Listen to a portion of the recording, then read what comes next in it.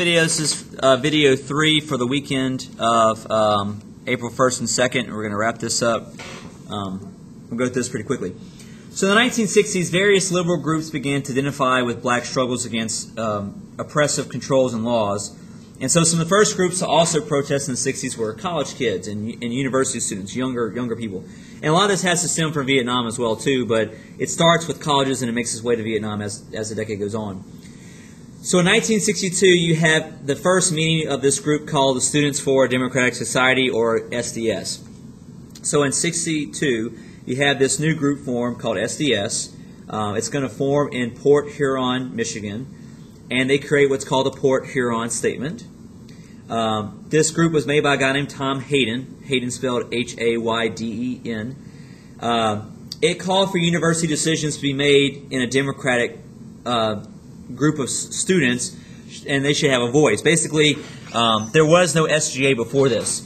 And so this was calling for things like SGA, a student government, to form. That way, students at colleges had a say in their campus that they paid money to go to. Because back in those days, they had things like college curfews, they had dress codes, students were required to join the ROTC program. Like if you went to LSU back in 1960, you were required to go to ROTC for 2 years. Doesn't mean you had to join the military, but you had to be in ROTC for 2 years.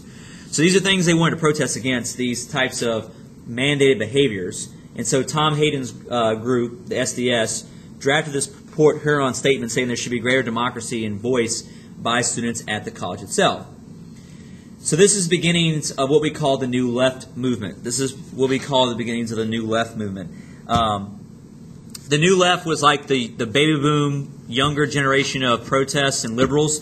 So old left would be like 1930s New Deal, big government type liberalism.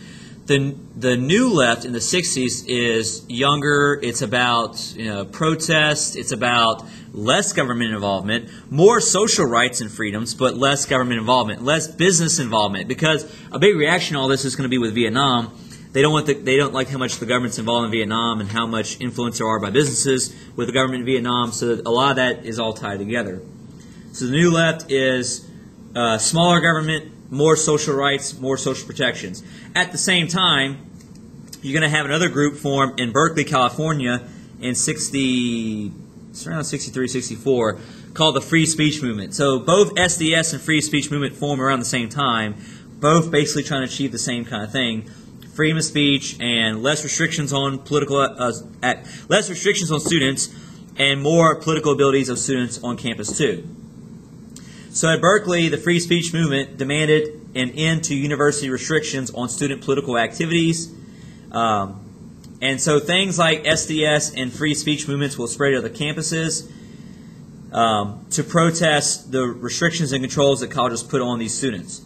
They wanted student government. And SDS and free speech will eventually evolve into a protest not just for college campuses and more say on behalf of themselves, but this becomes the foundation of the protest groups for Vietnam, because these are obviously the kids who are affected by the draft, who are affected by the war itself, and so they take this and they become a big foundation of the Vietnam protests in the mid and late 60s as time goes on too. Hundreds of schools will be disrupted or closed by some of the protests they do as the Vietnam War gets worse and worse. But some of their extremism discredits a lot of their New Left ideas. So some of their extremism really hurts some of their ideas as time goes on as well too. All right, but we're going to see more of the protests in the future. But you see some images like SDS protests here. You see free speech here. So you're seeing that become more common. All these things we've been talking about have also led to this countercultural movement in the 1960s as well too. So counterculture also becomes a big part of the 60s. Political protests of the New Left went hand in hand with a new counterculture. The counterculture movement is basically the rebellious movement of the 1960s. It's just like the beatniks of the 60s essentially. These are like the hippies. They are tired of how society told them how to dress, how to behave.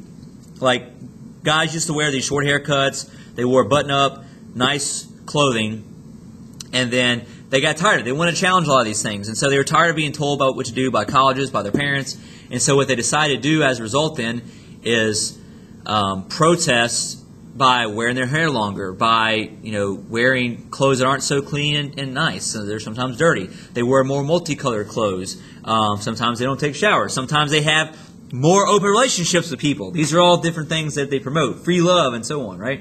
Hippie talk. Some promote it.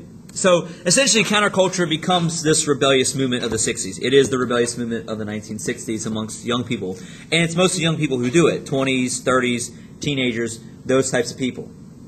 Wearing jeans, wearing beads, wearing beards, long hair, those kind of things. The flower children, the hippies. They promoted drug use. So they experimented with marijuana, then acid and PCP and all kinds of other drugs that come out in this time period. They did some communal living, where they would actually have little camps where they lived together and everybody just kind of shared their stuff and so forth. Music at the time reflected a lot of the counterculture. Early in the 60s, it was folk music. Folk music was very popular acoustic music like Bob Dylan and Joan Baez.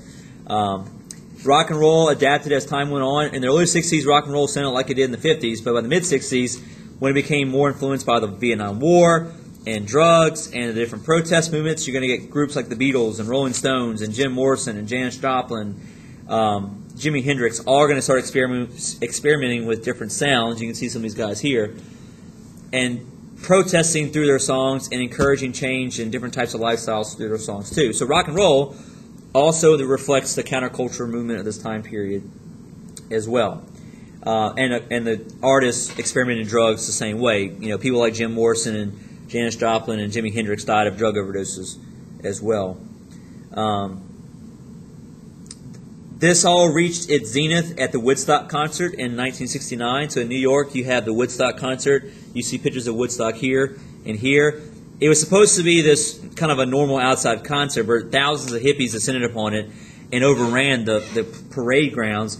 And so you see it's just it's just a massive amount of people out there at this massive hippie concert where they're all promoting drugs and free love and open relationships and just living your life, man, and just sharing and being cool and hip and everything else.